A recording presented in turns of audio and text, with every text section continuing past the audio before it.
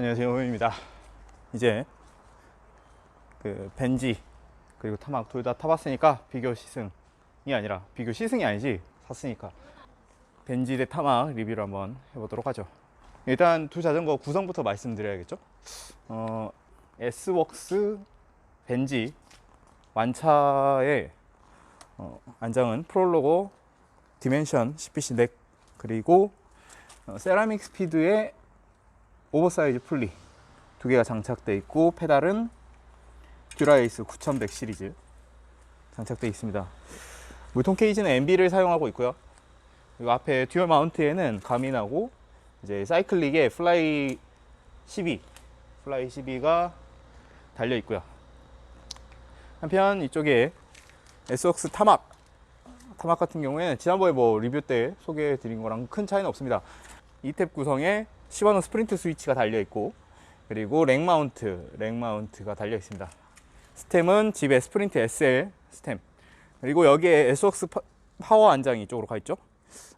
아무래도 어필에서는 그냥 파워 안장으로 충분하고, 이 평지에서 고정된 상태에서 엉덩이로 고정한 상태에서 계속 세게 탈 때는 이 프롤로고 디멘션이 더 좋은 것 같더라고요. 그 디멘션을 달고 싶었는데 돈이 없어서 일단은 S웍스 타막 여기에다가는 파워 안장을 달아 놓았습니다. 이거는 마빅의 코스믹 프로카본 SL UST 튜블리스 휠이고요. 튜블리스 세팅이 된 상태로 평소에는 훈련용으로 사용하고, 대회 때는 그 마빅 코스믹 얼티밋 혹은 이제는 코리마를 쓸 것 같습니다. S웍스 벤지 같은 경우에는 지금 이게 완차 무게가 7.3kg 정도 나오고, 타막 같은 경우에 대회 세팅으로 하게 되면은 약 6.7에서 6.6kg 정도가 나오게 됩니다. 그래서 무게 차이가 약 한 600에서 700g 정도 나게 되는데, 이거는 디스크 브레이크 무게하고 그리고 프레임 무게 부분이 좀 다르기 때문이죠. S웍스 벤지 같은 경우에는 팩트 11R 소재를 사용하고 있고요. 그리고 타막 같은 경우에는 팩트 12R를 사용하고 있습니다. 왜 여기에 팩트 12R이 안 쓰였냐라고 물어보니까 가격적인 부분도 있고 해가지고 그렇다고 합니다. 네. 지금 보면은 벤지 같은 경우에 49 사이즈고 타막은 52 사이즈입니다. 그래서 두 자전거의 그 피팅 값을 똑같이 했음에도 불구하고 이제 안장 위치나 이런 부분이 좀 다른 거를 알 수가 있죠.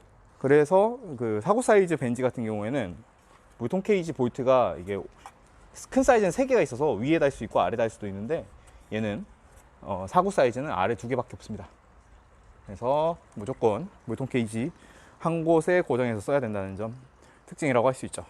그러면은 이 두 자전거가 얼마 차이가 나느냐? 무게 600g 정도가 이제 풀 세팅 했을 때 차이가 나겠죠. 물론 그 S웍스 벤지 같은 경우에도 CLX 32 튜블러 이런 거 달면은 무게가 거의 차이가 안 나게 됩니다만, 전체적인 지오메트리나 특징에 따라서 자전거 승차감이 매우 달라지게 됩니다. 벤지를 한 500km 정도 타보고 느낀 점은 일단 CLX 64mm 하이림을 끼고 있기 때문에 고속에서 순항 그리고 직진성이 굉장히 뛰어납니다.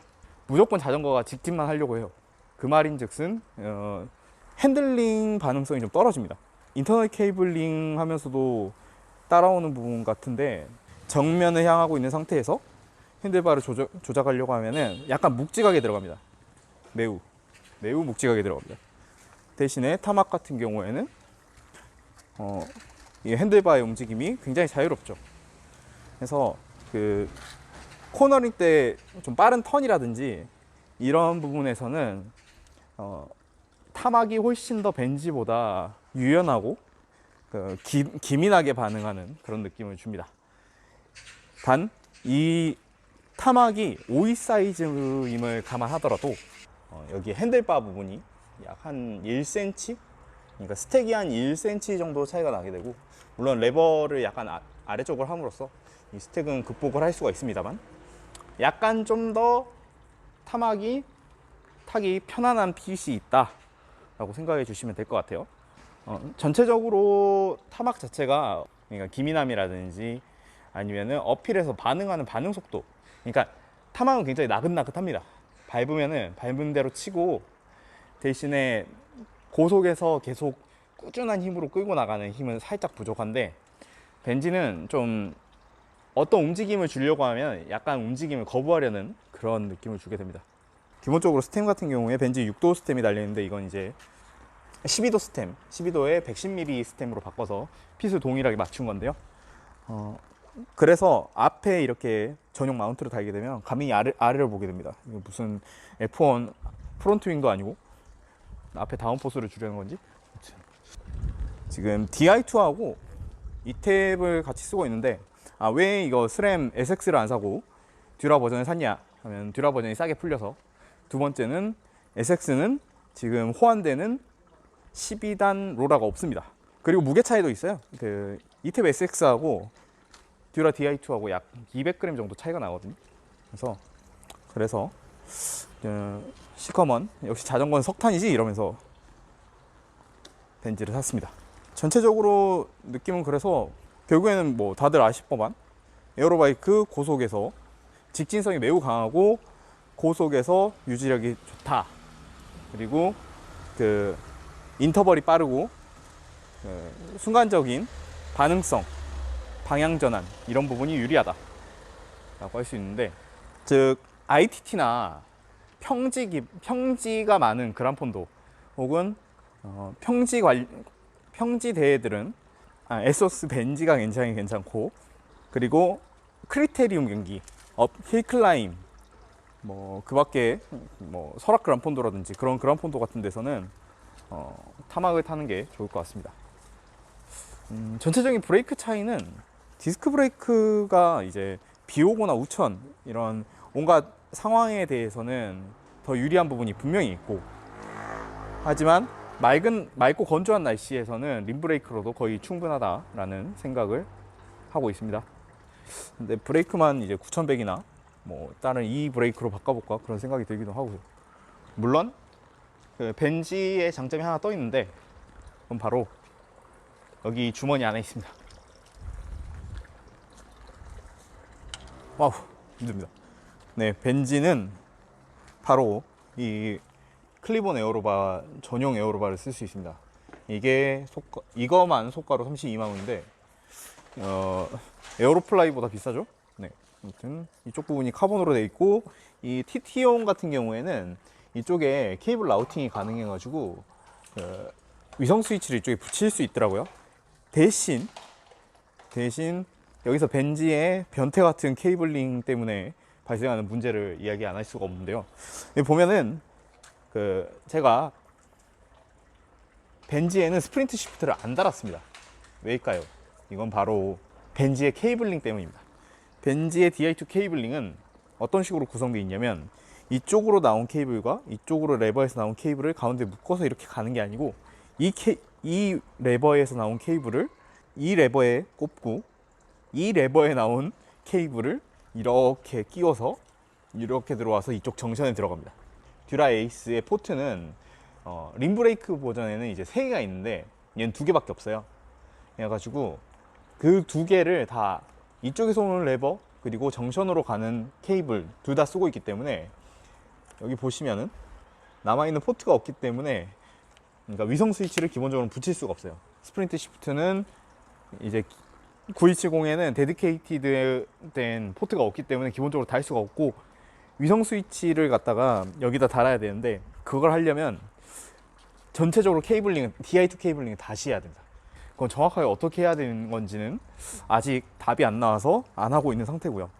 그리고 이 에어로바를 달게 되면은 이게 TT차 정도의 스택 차이는 안 나오더라고요. 이게 생각보다 스택이 여기 보면은 이 정도 높아지기 때문에 자세 자체가 좀 높아요. 아무리 내려도 높습니다.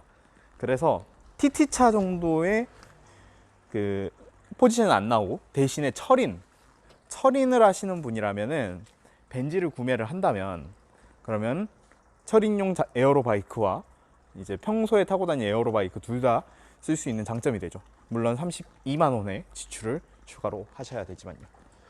물론 타막을 탄 다음에 이 핸들바가 원형이면 여기에다가 그냥 클리본 에어로바를 다셔도 큰 차이는 없을 거라고 생각합니다만, 뭐 기왕 하는 거라면 그 에어로 바이크에다가 이런 클리본 에어로바를 타는 게 좀 더 기분상 빠르지 않을까 그런 생각을 하게 되고요.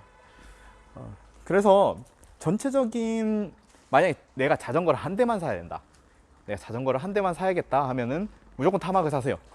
예, 타막이 좀 더 이제 오르막이나 이런 뭐 동부고개를 간다든지 그란폰도를 뛴다든지 이런 오르막 같은 데서 훨씬 더 수능도 좋고, 그리고 온갖 레이스에서 다양하게 포지션을 소화를 할 수가 있습니다. 그리고 나는 평지 위주로 탈 거고 철인도 해보고 싶고 그렇다고 하면은 벤지를 사세요.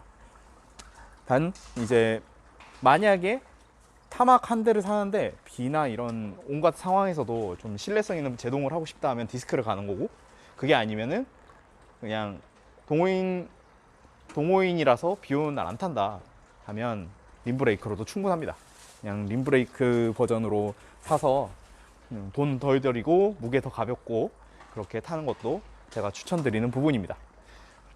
그리고 저는 물론 두 개 다 있기 때문에 날씨가 좀 꾸질꾸질하거나 아니면은 평지만 신나게 달리거나 그런 경우에는 기본적으로는 벤지를 타게 되고, 그리고 동부고개를 간다든지 뭐 날씨가 그렇게 드라이한 날씨고 그러면은 대부분은 타막을 탈 것 같습니다. 남북을 간다면 타막을 타겠죠. 물론 남북을 가는데 가끔 벤지를 탈 수도 있지만 오르막에서 수능성이라든지 인터벌 칠 때의 재미, 이런 부분은 아무래도 타막을 이길 수가 없는 것 같습니다. 그리고 뭐 지금 쓰고 있는 타이어 같은 경우에 에스웍스 터보 타이어를 쓰고 있는데, 에스웍스 터보 타이어 같은 경우에 이 로발 CLX64에 끼우게 되면 이 지름이 27mm가 좀 넘습니다. 27.8mm가 나오고, 이 UST 같은 경우에도 이것도 25mm 타이어를 꼈는데 튜블리스 이 림에 장착하게 되면 약 28mm에 가깝게 나옵니다. 그래서 이 넓어진 타이어로 코너링 그립감이 정말 좋습니다. 결론입니다. 타막 있고 벤지 있고 뭘 살까요? 하면 한 대만 탈 거면 타막, 평지와 철인을 할 거라면 벤지, 비 오는 날도 탈 거라면 디스크, 이렇게 요약을 할 수가 있겠습니다. 혹시라도 궁금한 부분이 있으면 제 여기 댓글 달아주시면 제가 아는 범위 안에서 답변을 드릴 수 있도록 할 거고요. 조금 중구난방으로 말씀드리면서 명확하지 않은 부분들이 있던 부분 미리 사과드리겠습니다. 만약에 이 리뷰를 보고도 자전거 한 대를 사야겠다 하면 타막과 벤지 중에 뭘 고르실 건지 한번 이야기해 주시는 것도 재밌긴 하겠네요. 그러면 다음엔 좀 더 다른 리뷰, 재밌는 내용으로 다시 한번 뵙도록 하겠습니다. 감사합니다.